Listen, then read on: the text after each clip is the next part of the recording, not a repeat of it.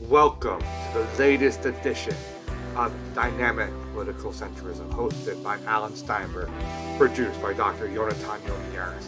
This week's special guest, Micah Rasmussen, director of the Rebovich Institute for New Jersey Politics at Rider University.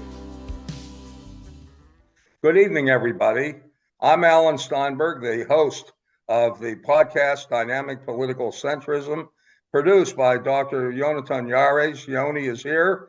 Yoni is the heart and soul of the technology of this podcast. Without him, there is no podcast, but he has another skill, and it's more than a skill. He has a doctorate of education, and on future education shows, he will be a participant, not just the recorder, not just the technological expert. So, Yoni, introduce yourself to Dr. Micah Rasmussen.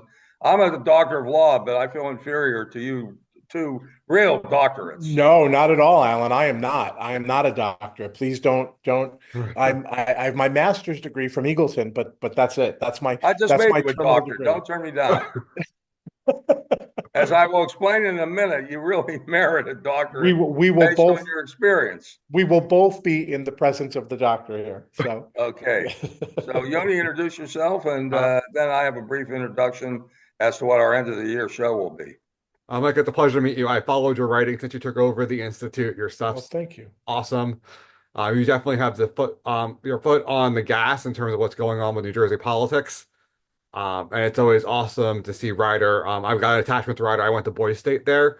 Which was hosted by Rider for many, many years. That's great. I'm very involved in the Boise State program, so I'm glad to hear you say. We'll have to get you back to speak to the Boise State. I would love to. Yeah, that would be great. So, no, it's always a pleasure. I've been excited. You've been one of the guests on the list for Alan and I to have since we came up with this idea. Thank you. Thank you, Yoni. Our special guest tonight, and he is indeed a special guest, is Micah Rasmussen, who is the executive director of the Rebovich Institute for New Jersey Politics. He is a person, in my view, is the finest, and I mean the whole country, because of something he accomplished, and I'll get to it in a second. He is the finest press communications person I have met in the world of politics, and I've met a lot of them. I worked very closely with the late Carl Golden when he was press secretary for Christie Whitman. I've worked with them all. But Micah accomplished something that I never thought was possible. He was the press secretary, actually director of communications for Jim McGreevey when the governor was going through a terrible crisis. Let me give my own editorial on this. Jim McGreevey is now a friend of mine, and I value his friendship. And I'm not being critical about what I'm going to say, but he was in a crisis because he was a gay American at a time when discrimination against gays was virulent, and he was subject to blackmail. Really, that's what the crisis was all about. Mike, I think that's as simple as You're right. That's exactly right. Yeah. Now, in order to get him through that crisis, Micah had a terrible twofold burden. Number one, he had to be loyal to Jim McGreevey. Jim McGreevey had appointed him. He deserved that loyalty. At the same time, he had to be honest with the press corps, and he had to maintain his credibility with the press. That is one hell of a tough task, but he did that. And Micah, you will always have, this is no hyperbole, my admiration for that. We could talk about that episode of your life all night. In fact, I want you sometime from the standpoint of history to come back. But I do have one question. How does it make you feel, and I don't mean as positively or negatively, when someone, and this is a person I like, Jared Polis, he's the governor of Colorado. Mm-hmm. He is gay, and he is a married gay, and he's a very good public servant. But I've always been curious, what is your reaction to the fact that he is so widely accepted when you had to go through a time of hell for gay Americans and try somehow to keep Jim McGreevey from being discredited? Yeah, it's a really good question, and I guess you could say that I feel that in some way McGreevey's experience helped to pave the way. It helped to normalize. It helped to get us used to the idea of people in high positions and executive positions serving while they are gay, as they are gay. I think really 20 years ago, the only person I can think of that was in a public position at all who was out was Barney Franks, right? From Massachusetts. But certainly nobody in an executive capacity, nobody in a governor's seat, governor's mansion. So I feel in some ways McGreevey definitely helped uh, move history forward. It was a terrible crisis, as you say. It was a personal crisis. It was a family crisis. It was a state crisis and a political crisis. And I can remember um, McGreevey. Actually, what I really remember is a lot of things, of course, but George Zoffinger is storming into the office, the governor's office, and saying he doesn't have to resign. He can tell us, he can say he's not going to run for reelection if he doesn't want to run for reelection, but he doesn't have to resign. And so first, Kevin Hagan gets on the phone and says, this is why it's going to happen. They were all up at Drumthwacket. They were coming down for the press conference that day. And Zoffinger tells him, he doesn't have to do that. And then Hagan hands McGreevey the phone and he says, George, we are never going to get out from under this. The questions are never going to end. The scandal is never going to end. We're never going to get out from under this. There's not going to be a day when we're going to be able to do the state's work. And this is the only way I can put this behind us. I can put it behind us for the state, for the voters, for the people, for my family. This is the only way I can do this. And I thought it was an inherently decent thing to do. I think when push came to shove, he decided not to put the state through more. He decided not to put his family through more. He decided not to stay in. Today we have politicians where, I'm sure you feel the same way I do. The only reason people stay in today is because they have no shame. If you have no shame, you can stick around, right? And that's really what has the difference between now and then. So I feel that there was a high cost for him. There was a high cost for his personal behavior, obviously, and the repercussions of that. But I do feel like history has been kind to him, and I think that's what has made the run for Jersey City mayor possible. Well, I Is want that you history? back. No, I'm serious about this. Yeah. We are going to do several shows on the New Jersey mayoral race. I'm very torn. I'll say in advance, I'm torn on that race because McGreevey's my friend. Down deep, I want him to win, but he's running against some really good candidates. He is. I don't think he's a sure thing either. But I don't think he is. Yeah, Yes. yeah. But I don't think he'd be in the race if history was harsh to him. If he had a bad place in history, Oh, I couldn't agree with think, you more. Yeah, But yeah. we're going to draft you to come back. That's great. That is going to be one hell of a show. It really will be. Yeah, Now, yeah, and a great race. Absolutely. Yeah. I'm looking forward to that because when there's a great race, political, I'm going to use a word for myself. I'm going to use it for you too. We're political junkies. We love a race like that. Come on. And that's what we love about this race that we're going to talk about tonight too, Alan. And Absolutely. I have to return the favor. How many times you and I compare notes because your insights, your expertise, your thought process that you bring to all of these questions is second to none. Thank you You so really much. do. The difference between us is that you are brave enough to put your thoughts to words. You're brave enough to be held accountable, to hold yourself accountable by letting people see your thought process, and recording them, and letting people react to them. And I really have to take my hat off to you. There are a lot of people who don't do that anymore. Columns, writing, regular basis, a lot of podcasts, as we talked about just before we started, but you put pen to paper and you let people measure you by that. And your thought process is always one I seek out. We compare notes all the time on the races of the day and the questions of the day, and you always value your insights second to none. Our friendship is a treasure to me, and I thank you very much for your kind words. Tonight, the show is entitled The Gubernatorial Race 2025 at the Starting Gate. And you're already out there giving lectures. And I can't think of anyone better who can give a broader view who is not motivated to further one candidate or one party. So we're lucky. Now, I consider myself very lucky to not be tied into one camp or another at this point. And I think voters are lucky. We have 10 really good choices here. And you and I have this position as voters do where we can sit and admire this from this one and this from that one. It's great when voters have choices. And they do have some really good choices this time. I agree. But let me start off with this. And I'm not saying this negatively or critically. The Republicans are awfully confident. They really think that this is a year they're going to win. They may know something I don't know. They may have information on polling. They may have information on candidates. I'm not so sure, but let me give you what I think is the other side of the coin. Okay. And that is Donald Trump. Now, they're basing their optimism on the fact, and I'm getting away, there's no more negative political commentator in New Jersey on Donald Trump than I. It is a great source of pride to me. I basically had to leave the Republican Party. I lost a lot of friends. There were times I felt sad, but never regretful. And I will stick to that to the end of my days.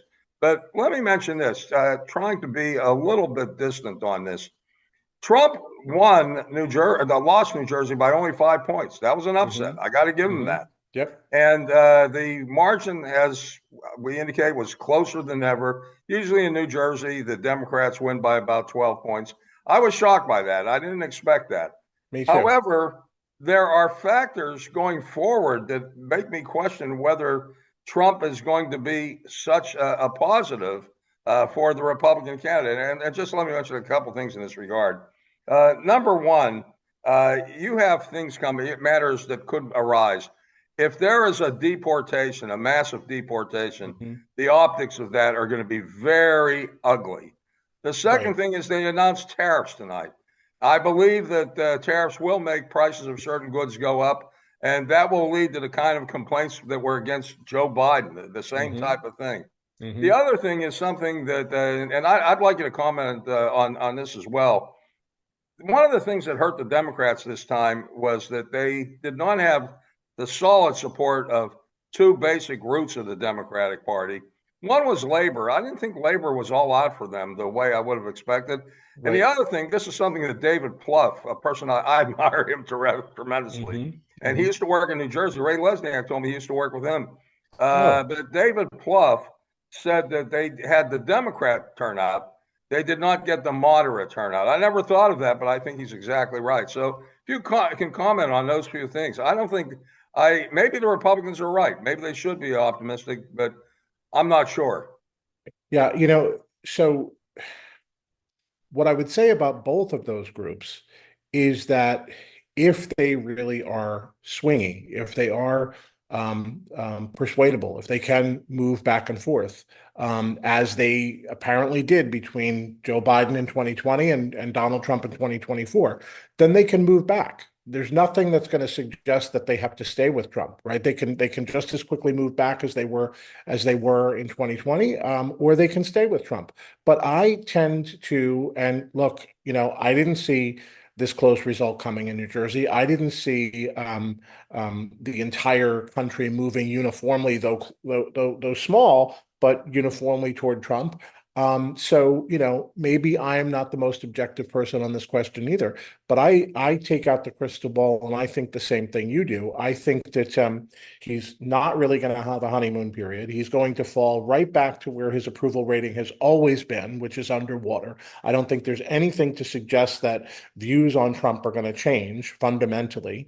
I don't think they changed even as people were voting for him. It wasn't as if suddenly there was some groundswell of support for him. Some people think that he's suddenly a popular guy.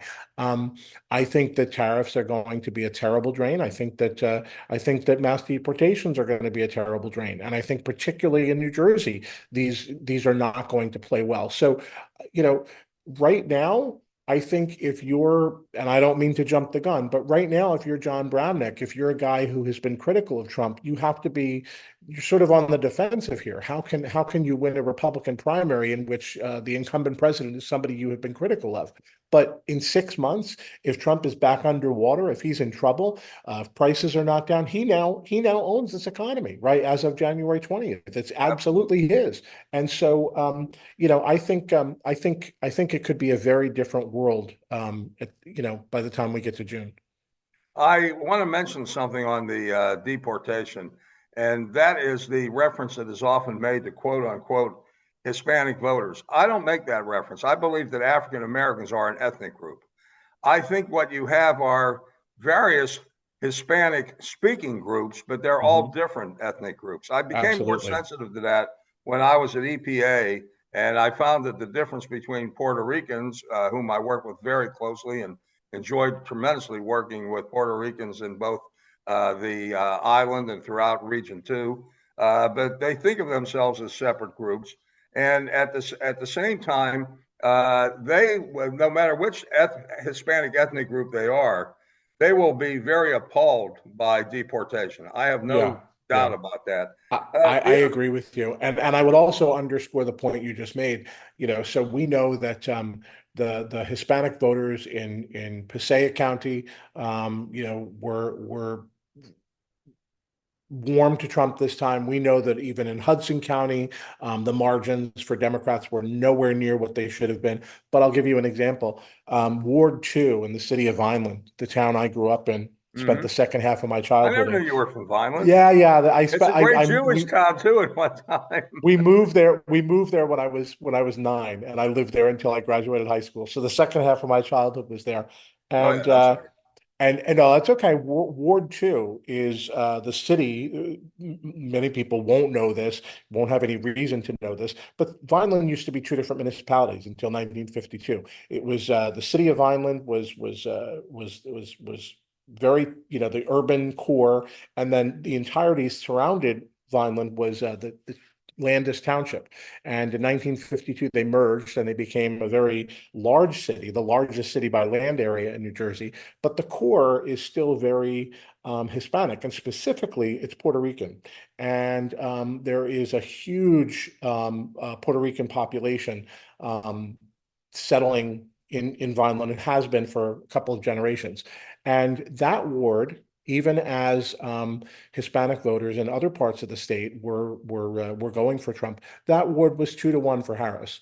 And again, it's very specific to Puerto Ricans. It's a very different situation. Maybe they were offended by Madison Square Garden and the comments about Garbage Island in a way that other Hispanic voters were not. It's just we cannot treat them monolithically, and I think we saw the result of that in this election. I think you're right on the money and right on target on that. So if you have deportation, it's going to be ugly optics. It's going to have an effect. The other aspect is that this is an election that has two unique features. That haven't been present in the past. Number one is the absence of the line. And I have talked to Julie Sass Rubin about that at length. Mhm. And the thing I asked her, that what I was really focused on is, okay, we no longer have the line, but we still have organizations that give support. And the Yes. question is, how much was the line worth and how much is organizational support worth? And she gave me an answer that was interesting. She said that the line was worth as much as 30 points in a primary. Yep. However, the organization could be worth an additional 20% with this caveat. It depends on how effective the local organization is in terms of get out the vote and in terms of fundraising. It could be Yeah. worth a little more than 20%, a little less than 20%.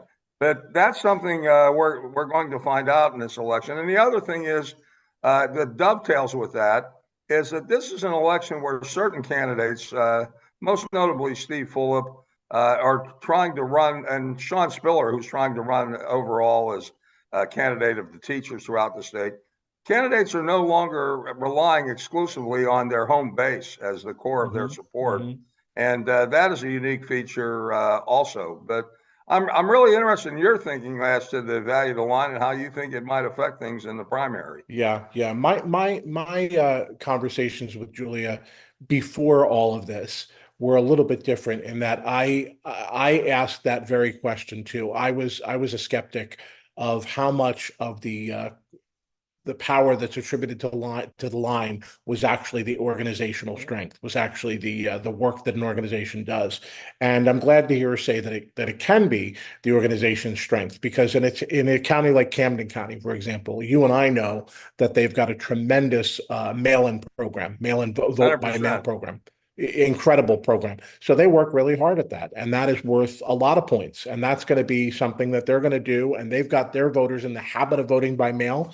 They will continue to vote by mail. The line will have nothing to do with that. And so they're going to continue to generate huge margins in the primary for the candidate that they get behind and that they support, right? That's what I would expect to happen. In other counties that aren't really working so hard, right? Again, Passaic is one that we can use and we can probably abuse, but they did get out to beat Jerry Speziale last year, a group that, a slate that ran against the line. They were successful in that, but that is the exception to the rule. Usually their turnout is very poor, and has been very poor. The cities in general, in many cases, have been very poor with turnout. Newark has been abysmal in terms of turnout. Passaic has been abysmal in terms of turnout. So I agree with you, Alan. It's really hard to look at a county and say, okay, well, Mikey Sherrill's got support in Essex, and Essex was X% of the primary the last time. You can't really do that because Sean Spiller's in the race from Essex County. Ross Baraka is in the race from Essex County. And so will Mikey Sherrill have organizational strength out of Essex County? Yes. Will it mean that she comes out with 100%? No. Will it mean that she is getting maybe the lion's share, but Baraka is in a strong second place and Spiller is in a strong third place? It probably does mean something like that. And so she doesn't come out of Essex with a strong relative advantage, right? I'll give you the same example in Hudson County. We know that, Fulop has strong personal support coming out of Jersey City. He's got, other support in the other towns, but we also know that organizationally he's going to struggle because he's made this an outsider race and he's going to run outside the party. So now we've got this situation where initially Brian Stack and county executive Guy and others said, we're going to get behind Gottheimer. And now they're saying, well, maybe we're thinking about Sherrill. Personally, I think you probably think as I do. I'm guessing that they're shopping themselves around a little bit, right? They see I a lot certainly of do money out that. there, right? Yeah. And they Boy, want do our good great deal. minds run in the same direction tonight. But what does that mean? It means that nobody's going to come out of Hudson with 100%. Even if Mikey Sherrill does wind up with the organization support, maybe she'll wind up on top, but you're going to have a very close Steve Fulop in second. You're going to have Josh Gottheimer in there as well. And so it's really difficult to look at things the way we would typically look at things and say, okay, this person's, in the pole position in Hudson, this person's in Essex. Everybody's going to be splitting up every county here. Nobody's giving up an entire county. The only person I think who has any claim to sort of a solid region is maybe Steve Sweeney coming out of the South. And he won't get 100% either, but he'll get a solid margin out of the South, I think. So I concur 100% with that. Yeah. Keep going. Yeah. That's it really makes it very difficult to handicap. And it also makes it very exciting, I think. It is more exciting, and it is much more difficult to handicap. A lot of times I will handicap. I will be right. I'll be wrong a lot of times. I'm not going to take the risk this time. I'm serious because I don't want to impact my own credibility, but I honestly don't know. And it's all because the home county feature is not as preeminent as it was, and the line is not there. And the organizational strength can be offset.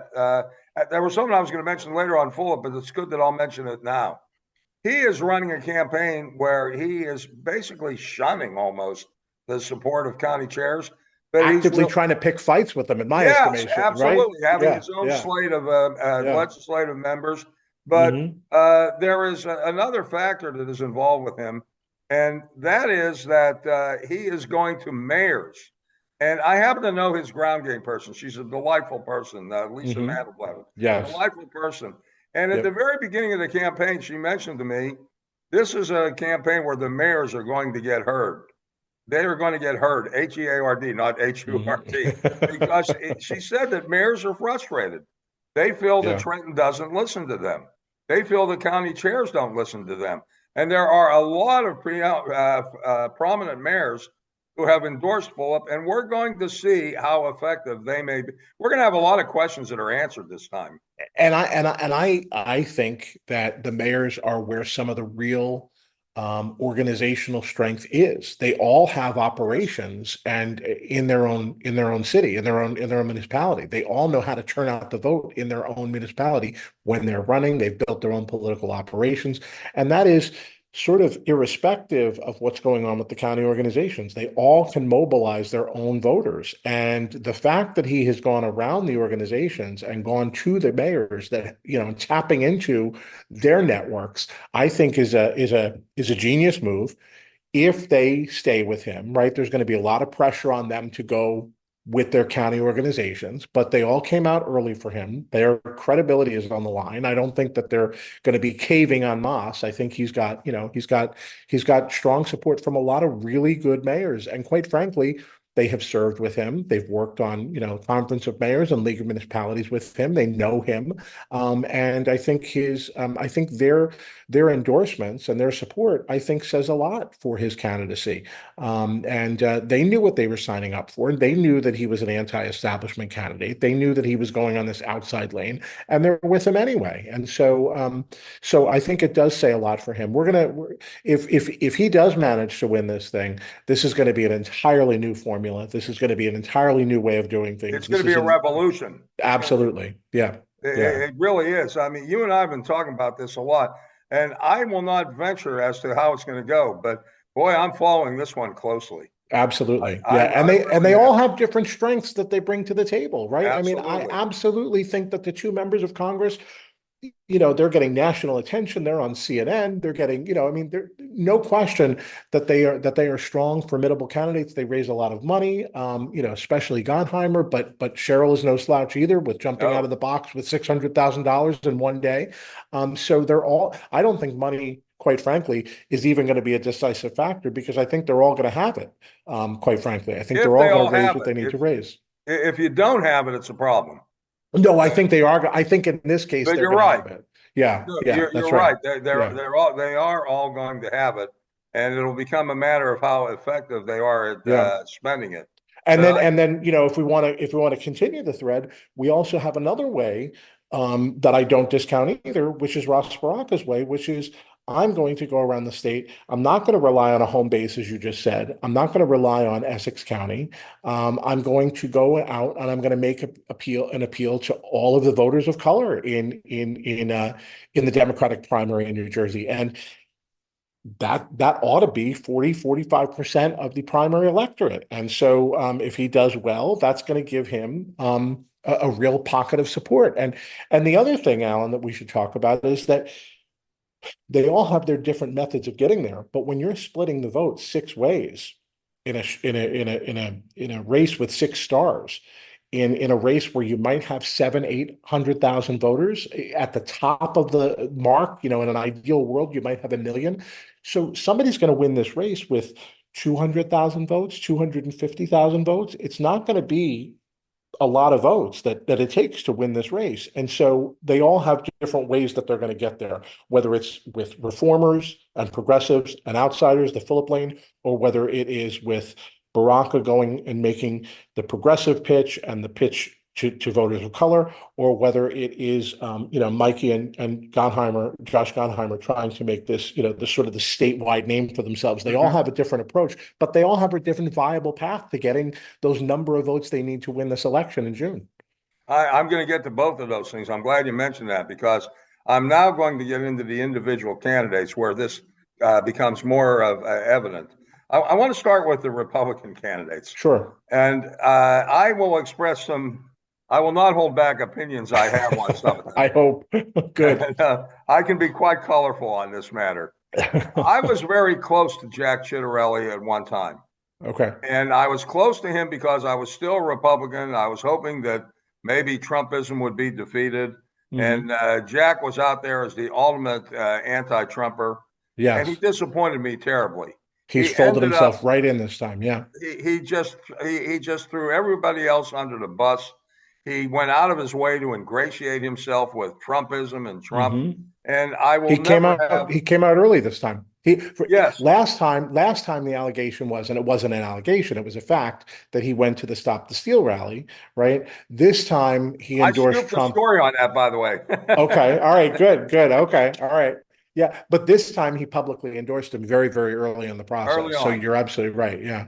And so therefore I have not only do I have no confidence in him, I no longer vote in Republican parties. I switched I was going to register as an independent. I switched to the Democrats because I want to have some role in influencing the primary process. That's the Okay. only reason Okay. I didn't register as an independent. But I have very deep misgivings about the ultra progressives in the Democratic Party. A lot of that is the fact I'm a very strong Zionist and a strong backer of Israel. But nevertheless, there's no place for me in a Trumpist, what I call fascistic party. And I have not hesitated on that. But anyway, Jack lost my confidence on that, but he lost others' confidence as well. He's considered to be the front runner right now, and maybe he is. However, the real Trumpies don't trust him. They really don't. Not only that, the rank and file of the traditional Republicans don't trust him. And I think this mistrust factor could result in a defeat of his. One of the things that I think he is doing is ridiculous. I've known Bill Spadea since he was a baby. Oh, yeah. His father was one of my closest friends in politics. I no longer speak to his father. Oh, Yes, my his father. gosh. No, it was an interesting story. His father, Mick, was a real campaigner. I say this in a good way. He was a real insurgent. I mean that in a very good way. He was fighting against the old Cahill machine in the early 1970s when Bill Cahill was running the show of Camden County. Then he lost a primary in 1973, and Nick Spadea got together with Lee Laskin, who was the ultimate insurgent at the time. Okay. And so I was very close to him for a number of years. And I was a conservative, more in a traditional way. Mick wasn't happy with me when I backed Jerry Ford in 1976 over Reagan, but I thought he was the incumbent. But I was very pro-Reagan. I will always be pro-Reagan. I'm reading the book now by Bill Imboden, and I have as another book on my reading list for next year, the book by Max Boot on Reagan. So Reagan was as different from Trump as night and day. Those people who make like they're no question. Are so wrong. No question. I will always have a high view of Reagan and a high view of Bush. But nevertheless, I was very friendly with Mick, and we had a total parting of the ways because of Trump. Now, Bill Spadea is a bright guy, but I'll tell you the reason why I think he will lose, maybe not the primary, but I think the general election, excuse me, the general election, he won't be able to win for one issue. And that issue is abortion, because you can maybe do well with the Trumpist agenda in part, but New Jersey is very much, and I'm not saying this negatively about him, New Jersey is very much a pro-choice state, regardless of what has been. Yeah. I don't see how a pro-life, Chris Christie was anti-abortion, but he soft pedaled it. He never really made it a frontier issue. And that's the traditional way that's the traditional way for a moderate Republican to deal with it, is to soft pedal it. Frank Lobiando used to do the same thing. And you sort of try and diffuse it as best you can. But yeah, Democrats have been winning on abortion for a very long time in New Jersey.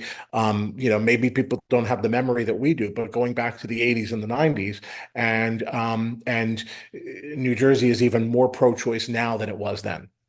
I agree 100%. However, Spadea could win a primary, possibly. He would lose the general. Here is where Jack's tergiversations on Trump have hurt him.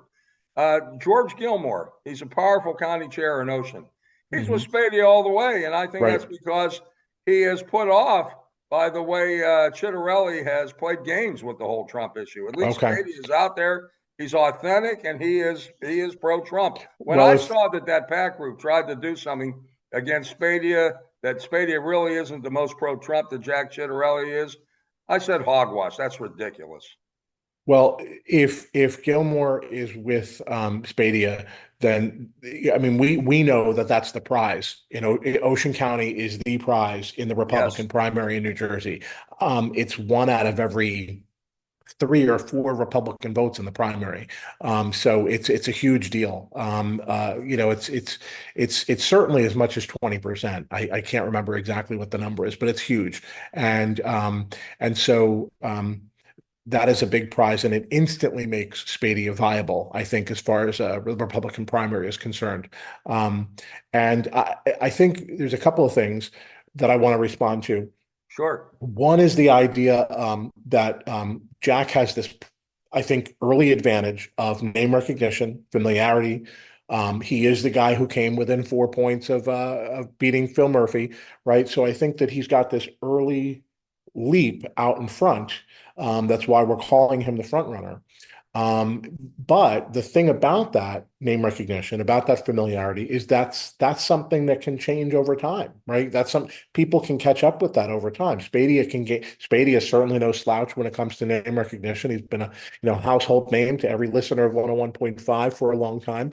And it's something that over time Bramnick can acquire as well, or Ed Durr can acquire as well. So yes, you want to say that that's an advantage for Chittle and you don't take that away from him.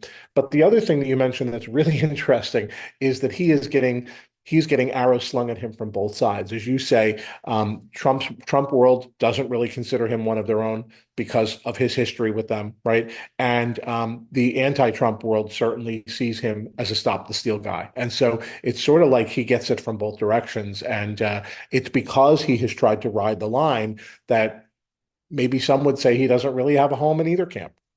He doesn't. I benefited in a Stop the Steal rally. I got a leak from someone very high up that Jack had attended the Stop the Steal rally. And I went out they said, you got to wait till 6 in the morning. And we went out and insider with that story at 6 in the morning. And Jack's denials hurt his credibility. Yeah. If he had said, hey, I changed my mind, okay. But he played all kind of games with it. I didn't know what it was, right? All that stuff. Exactly. Yeah, and you put your finger right on it.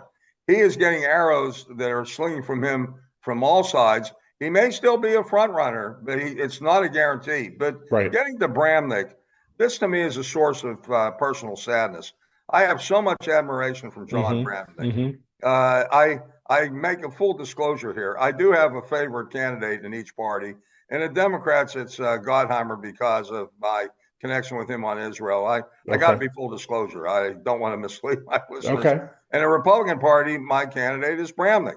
I think he would be a great governor. I think that he is 100% ethical and honest. I think that he has all the skills that are needed. He, as a legislator, he was par excellence. And the day before the election this year, I said if Trump lost nationally, John Bramnick would gain a lot of credibility and could go to the front of all the candidates. Right. But Trump won. That makes Trump among Republicans an icon. I can't see Bramnick, I say this regretfully, I can't see him winning that primary now. Yeah, he would definitely be a formidable. I think it's been said for a long time that Democrats probably fear him the most as a general election opponent because he has that broad appeal. But he's got to get through the primary first. So we'll see what position Trump is in June. But you're probably right that among primary voters, he is going to probably not be dinged, right? He may be dinged as far as the general electorate is concerned, but among primary voters, he may be just as strong as ever. I guess I go back to last year, and you're right. The difference between last year and this year is that he's been now elected. But last year, remember that Christine Serrano-Glassner had his endorsement in the primary, didn't really have the ability to communicate it out, didn't have a lot of money to drive it out there, but she did have his endorsement, and it was not determinative in that race. Curtis Bashaw won anyway without the endorsement. Again, the difference being that was before Trump was elected. Now he's been elected. That's 100% accurate. Now, there's another candidate I don't take seriously. I have nothing against him, Ed Durr, but I've got another candidate for you. Okay. I've got a candidate. I'm doing a story that I consider her to be the most electable Republican, and her initials are Holly Shapizi. Let me tell you why I say this, okay? She would have to raise a lot of money in a hurry. She's not ruled out. She's everybody's lieutenant governor candidate. Okay. But she was for Trump, but not overwhelmingly enthusiastically. She's not on the Trump murder board list. She is at the same time, she is very well versed in state government. Yeah. She also can do very well among women of all political types in a general election. And at the same time, Bergen County to make incursions in a general election into the Bergen County Democrat base would really be something. What's your view of her? You may not agree with me, but I want to get your view. Well, I mean, I think a woman running is a fantastic idea. A Republican woman running, a conservative Republican woman running is a fantastic idea. Yes. And I think I mean, you think back to how Christy Whitman did it, and you say, okay, well, why have we not tried that again, right? And so I definitely see that. The other thing I'll say for Holly is that she is a strong cultural warrior. She knows how to play these culture war, Yes, she does. very, very well. She was really at the leading tip of the spear with the sex ed curriculum. And I don't mean to be graphic about it, but she really was very potent in her attacks on the sex ed curriculum in New Jersey, and was made this a pretty potent, powerful issue for a time. And maybe if Republicans had the money in those state legislative elections to really communicate them, maybe they would have been even more potent as they have been around the country. So she certainly knows a thing or two to how to get some statewide attention and to make a statewide case for herself. So she doesn't have a lot of time. I mean, we know these conventions are I coming agree up with you on very, that. very quickly. Yeah, yeah. But very interesting idea. Yes, I'm going to have her as a guest on the show, and I have a column coming out because she was thinking of running 4 years ago and she didn't. And it just struck me. I had on as a guest Brian Thompson, who I go way back with, and Hmm. I mentioned that Holly's everybody's lieutenant governor, and he said, "Well, guess what? She hasn't rolled out running for governor." And then I contacted her. I said, "I want to have her on for that reason." So we're working that out. But keep an And if eye on her. she's I'd like willing, if she's willing to talk to you about it, that tells you something too, right? Yes, absolutely. Yeah, Now, I don't know yeah. if she will once she's on the air, Okay, okay, but all she's a right. terrific lady, and her husband David is a terrific guy too. So I'm eager to have her on the show. I develop Yeah, personal relationships with people as well. So that's the Republican field, and I think that we will have a lot more to say as we go onward, and the developments are going to be fascinating. But now let's go back to the Democrats, and we covered a lot of this, but I want to put it in a certain focus. Something you said sure. right off the bat that I could not agree with you on more is that Cheryl is from Essex County. She is from the sovereign state of Montclair, as is Sean Spiller.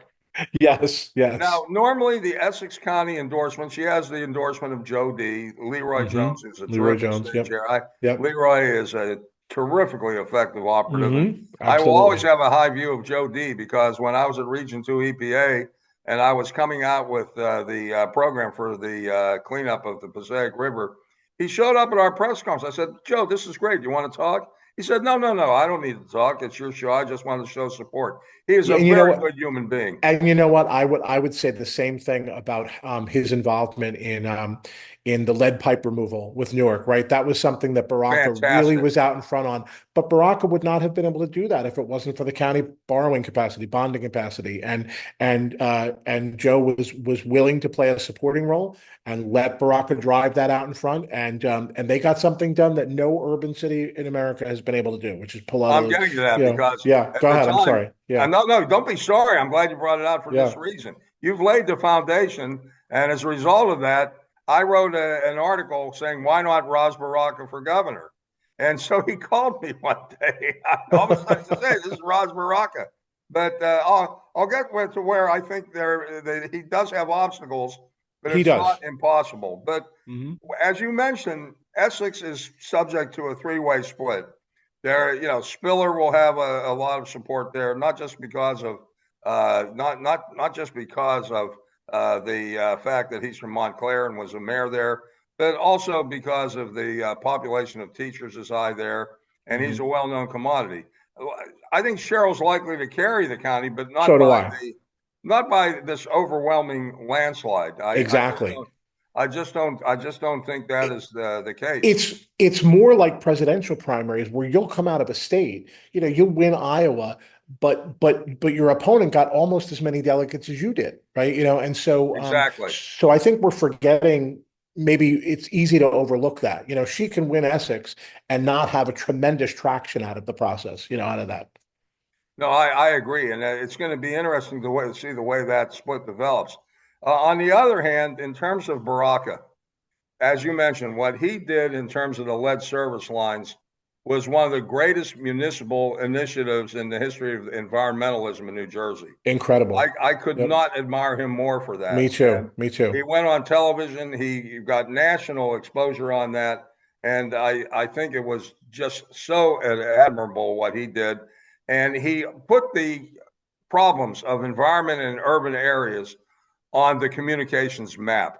He is capable of being a very good governor. I think so too. However, I do think he has fundraising difficulties. He Hmm. has not really connected with the big money sources. He can get some big endorsements, but I don't know if he's going to have the money. If he gets a sufficient amount of money, or even if, let's say, there are some super PACs, maybe Yeah. on a progressive side that endorse him, Yeah. he could coordinate with them, but he becomes, in my view, a much more serious candidate. He does need to do that. And there have been, we've talked about this before, turnout problems in Newark as well, voter turnout Big. problems. And so he's got to figure out both of those issues. But as far as the capability to be a strong governor, the record to be a strong governor, I agree with you. Are some of his positions as a progressive and unapologetic progressive, is that going to fly in the face maybe of this moment in time where voters are saying, we want to come back to the middle a little bit more? He might have an issue there too. So frankly, I mean, even though we both are, I think, very impressed by the man and deservedly so, he has our admiration. At this moment in time, you wonder whether the biggest progressive in the race is the one who's going to win or not. I don't know. I mean, the other thing is, you split this vote 6 ways and he's got the progressive lane. Who knows what happens? But I don't know as a general election prospect whether or not he's the strongest potential candidate for the Democrats right now.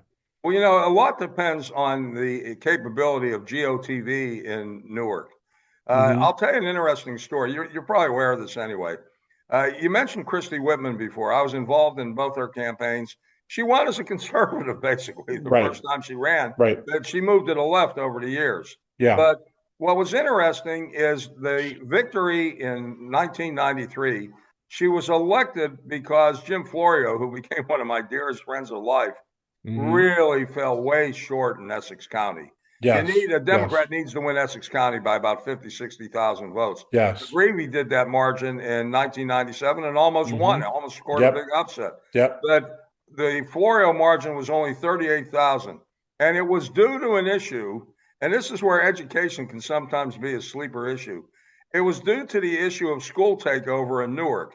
Sharp James, let me tell you something about Sharp James. He could have been the greatest of all urban mayors. Yeah. I couldn't help but like him because he was entertaining. But he fell short for two reasons. I can say this openly. Number one was his wallet, and number two was his libido. When he got involved with that woman and gave her that contract, that ruined him.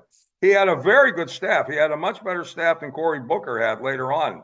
I worked with his staff, and it was a shame.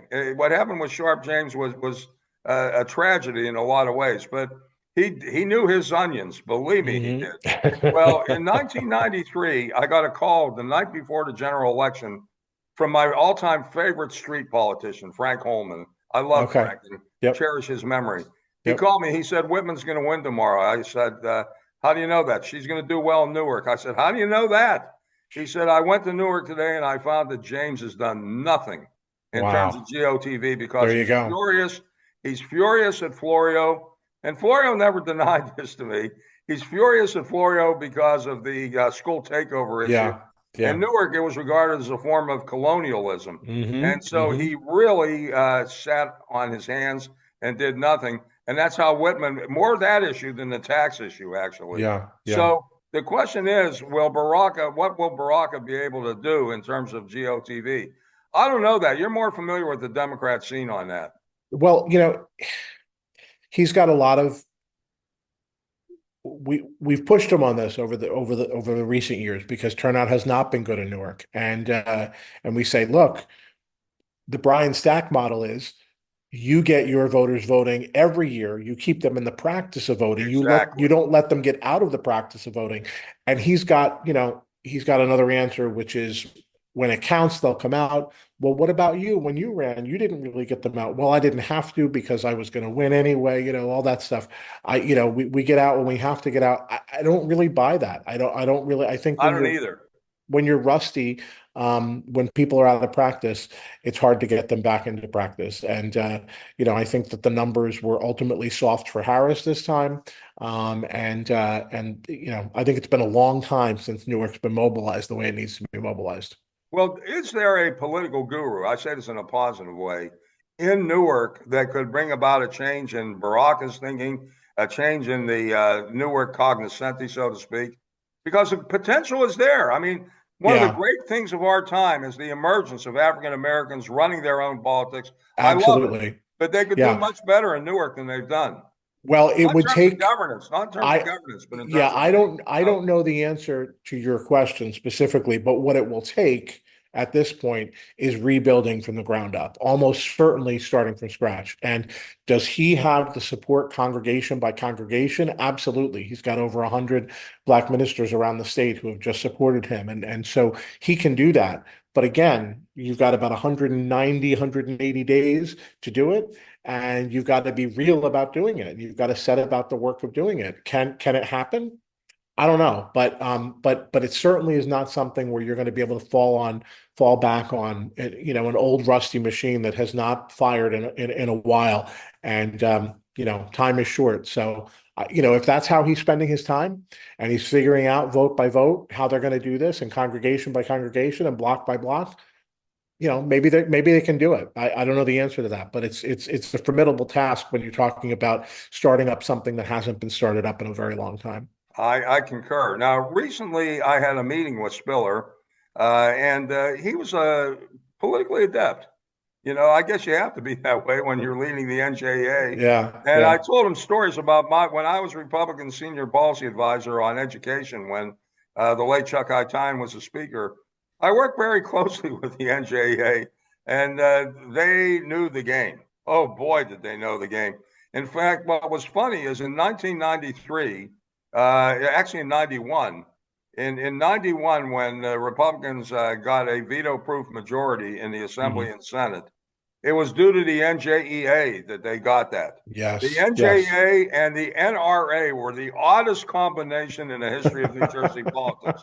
And every Republican campaign headquarters, you had someone there from the NJEA and someone there from the NRA. The NJEA was mad at Florio because of the Quality Education Act, and he was shifting the responsibility of funding pensions to the local school districts. Yes. And the NRA was furious at him because of his greatest accomplishment, which was the assault weapons ban, which he became a profile in courage on. Yep. But by 93, they had the NJA was playing a balancing act. But Spiller made a point with me, as did his aides. Spiller, in the NJA, there is a large women membership. And that can be very critical in terms of Mikey Sherrill. She's counting on an overwhelming women's vote. Yes. But but Spiller may get it because of his, not as much as Sherrill, but he may do very well with women voters because of the involvement of women in the NJA and their friends. So I have a couple of concerns, I think, about Spiller's viability. One is that by the time he left Montclair politics, decided not to run for re-election, it was in the face of a pretty large scandal over health benefits, that who was entitled to take them and who was not entitled to take them. I don't think this was something that affected Sean on a personal level. It was not something where he was taking the benefit, but it was something as mayor that he was supposed to be on top of, right? And so it was something that involved him, right? And it was something that there were a lot of really strong feelings about and really strong concerns about. And I think the last election at least turned on this scandal or this issue. And I don't know that he could have run for re-election in Montclair as mayor. I've heard the same thing from others, what you're saying now. Yeah. And so, I wonder how, I scratch my head a little bit on how you take that springboard onto a statewide platform and, whether or not you can make that jump. As the NJA president, I see where he's got the strategy. I see where he's going to rely on those members. But I also don't know I guess we'll see how personally loyal they are to him versus their organization. I don't know whether they're going to transfer their allegiance to him or not. In fact, if I was a teacher, quite frankly, I would be scratching my head at the big $35 million pool of money that apparently the NJA is willing to spend on him on Yes, this and there is campaign. resentment of that among in certain quarters of the NJA. Exactly. So I don't know how strong that puts him in their stead or not. I guess we're going to find out. This is one of these imponderables, Micah. We're going Yeah. to spend the week before the primary, a week before the election, saying, "Well, what do you think now?" Yeah, And I yeah. will change. But I Go ahead. wouldn't be surprised. I wouldn't be surprised if advertising puts him in the thick of things. But I also wouldn't be surprised if you see him as the next tier below those very high profile candidates who are running. I think either one of those scenarios could play out. I sort of have him in that next tier right now, but my Yeah. top tier is somewhat limited, which brings me to the next person. My top tier is Mikey and Gottheimer. Hmm. Gottheimer has several things going for him. One is the Jewish vote, and not that Israel is a New Jersey issue per se, but Jews are very concerned about the situation of Israel with Hamas, with Hezbollah, and he's AIPAC's favorite member in the Congress. AIPAC doesn't get involved in statewide elections, but you will have very major Jewish contributors out there on his behalf, and even as surrogates. Okay. He really has a tremendous reputation in the Jewish community. I think, however, that what happened to him with Hudson County is a problem. I don't know Yes. how he got it, man. Yes. I have your view. People are shopping around. Yeah. But isn't the solution to that, and I can't pretend to, we talk about imponderables, but doesn't he just have to come up with the scratch now? Doesn't he have to come up with more than Mikey? Whatever. Doesn't he have to promise them something more? I mean, he said that he was going to I put think two. so, but he hasn't told me that. Yeah, yeah, yeah. None of his gurus have told me that, but I agree with you that that's what's going to end up happening. For example, he said that this week how he was going to make sure Passaic went Democrat this time. $2 million, right? He said he would Yeah, invest. exactly. Yeah, I knew yeah, what was going on there, and yeah, I don't yeah. fault him for that. That's the game. I Hmm. like Josh a great deal. But when I heard that, I said, I know what he's getting at. And Yeah, this game is going to exactly. be played over and over again. So I don't Absolutely. think losing the support of Brian Stack is a death knell for him. It does hurt, No. and Hmm. he's going to have to make up for it. Yeah, Now, the next one is Steve Sweeney. Now, right. I think Steve Sweeney would be an excellent governor. Hmm. He is a guy who worked himself up, got his own GED and everything. Is a totally dedicated individual, and he was the best Senate president I've ever seen. He knows this state and this state government like nobody else. Yeah, absolutely. And Norcross and George Norcross will do everything possible to raise funds for him, but every South Jersey candidate has had a hard time overcoming the lack of population in their region. Florio ran Absolutely. in 1977, Hmm. finished fourth. He Yeah, won the nomination in 1981 because he didn't have the strongest rival he had was Bob Rowe at the time, right. and he was in a good situation. He lost the general election to Tom Kean by a gnat's eyelash. Okay, it was very, very close, but it is really difficult for a South Jersey person to get that It is. It is. that nomination, at least in you my know, view. in rough numbers, South Jersey is about a third of New Jersey's population, right? Depending on how you count it. So 2/3 is not your base. 2/3 is somebody else's base, Right. and so it is difficult and it is a numbers game. It's purely a numbers game. But I find 1981's primary to be instructive too. And the reason for that is because um it's the last time I think, and you have a longer memory here than I do. Well, I'm older than Um, you. I just turned I 75. was being nice, Alan. I was trying to put it nicely. Hey, yeah, I tell everybody I'm 75. I said longer memory. Um, but 81, I think, is the last time so many top tier Democrats were in the race competing with each other Yes. until now. And so I think that is what gave Florio the ability to win that fractured primary. And so I wonder if this is not the situation that exists today, where where Steve Sweeney, if in fact he has a solid South, it may not be enough to win a lot of primaries, but it might be enough to win a primary with 5 other good candidates in it. It may be, but we're going to have to see the polling on that, in my Yeah, view. yeah, I, yeah. I haven't, and that's another feature of these campaigns. I'm a little dubious about polling these days. There's one pollster I've really come to like, and that's Dan Casino, because he probes beneath the surface, and I find that in his polling, I often learn things about the mood of the electorate that I wouldn't Yeah. know otherwise. Yeah, yeah, I agree, and the polling that we've seen so far, very, very limited value. Eagleton tested name recognition, but again, I think name recognition is the most movable object, right? I mean, it's sort of, so we know where name recognition was at that moment, but that doesn't have anything to do with where name recognition is going to be come June. I agree, and the other thing is sometimes name recognition can be a negative. Right. If you develop a bad image, that Exactly. name recognition can bite you. And just so we are on the same page and we're talking to viewers about this, what that showed was that Mikey Sherrill, as the one woman in the Democratic race, had an advantage, and Baraka had an advantage because you sort of had these 4 white men who were sort of carving up their vote 4 ways, and they were the only ones with a clear path. She with women, and he with voters of color, and so they were in better shape than the white men in the race.